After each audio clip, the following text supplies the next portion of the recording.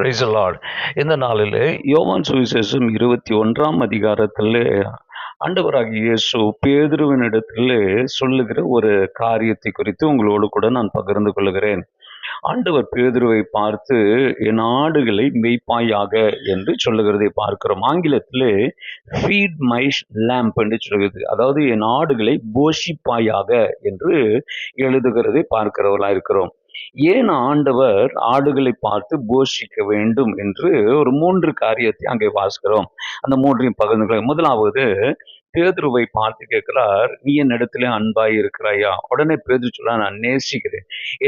அப்ப ஆண்டவர் சொல்வார், என் ஆட்டுக்குட்டிகளை நீ மேய்ப்பாயாக என்று 21ஆம் அதிகாரம் 15வது வசனத்திலே சொல்லுகிறது நாம் பார்க்கிறவர்களா இருக்கிறோம். ஆண்டவர் குட்டியாய் இருக்கிற ஆடை ஆடாக மாற வேண்டும் என்பதற்காக போஷிக்க சொல்லுகிறார். ஏன் குட்டியா இருக்கிறது ஆடாக மாற வேண்டும் என்றால், அவர் விரும்புகிற விதத்திலே அது வளர வேண்டும் என்பதற்காக தான் கர்த்தர் அதை சொல்லுகிறதை நாம் பார்க்கிறவர்களா இருக்கிறோம். நீங்களும் நானும் ஆண்டவர் விரும்புகிற விதத்திலே நாம் வளருவதற்காக நம்மை கர்த்தர் போஷிக்கிறார். இரண்டாவது, அதே யோவான் 21:16வது வசனத்திலே மறுபடியும் ஆண்டவர் பேதுருவை பார்த்து கேட்கிறார், என்னிடத்தில் அன்பாய் இருக்கிறாரா? ஆண்டவர் பேதுரு சொல்கிறார், நான் உம்மை நேசிக்கிறேன் ஆண்டவரே. அப்பொழுது ஆண்டவர் சொல்றார், ஆடுகளை போஷிப்பாயாக அல்லது ஆடுகளை மேய்ப்பாயாக என்று சொல்லுகிறார். இங்க இரண்டாவது மறுபடியும் ஏன் போஷிக்க வேண்டும் என்று சொல்லுகிறார் என்றால், இந்த ஆடு இப்பொழுது வளர்ந்து விட்டது, அதன் பலன் தர வேண்டும், பயன்படுவதற்காக கர்த்தர் அதை போஷிக்கிறவராயிருக்கிறார். அருமையானவர்களே, நீங்களும் நானும் ஒரு பயன் உள்ளவர்களாக நாம் மாற வேண்டும். ஆடு குட்டி போட வேண்டும், ஆடு ரோமம் தர வேண்டும், ஆடு பால் கொடுக்கிறதாய் மாற வேண்டும். அப்படி என்றால் அது வளருகிறதாய் மாறுகிறது. உங்களை வளருவதற்காக கர்த்தர் நம்மை போஷிக்கிறவராய் இருக்கிறார்.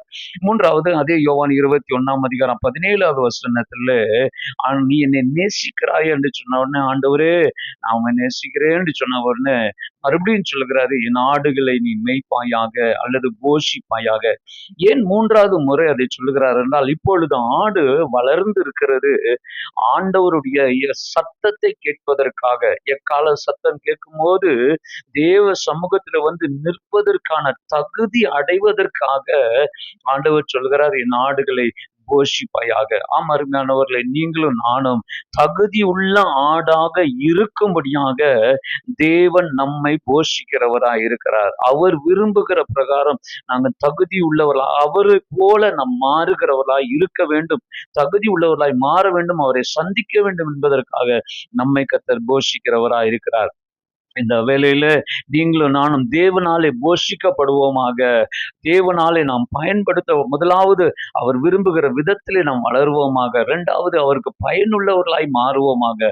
மூன்றாவது, அவருடைய வருகைக்கு நாம் தகுதி உள்ளவர்களாய் மாறுவோமாக. அப்படி மாறும்போது தேவன் நம்மை ஆயத்தப்படுத்தி ஏற்றுக்கொள்கிறார். கர்த்தர் இந்த வார்த்தைகளை கொண்டு உங்களை ஆஸ்வதிப்பாராக. God bless you.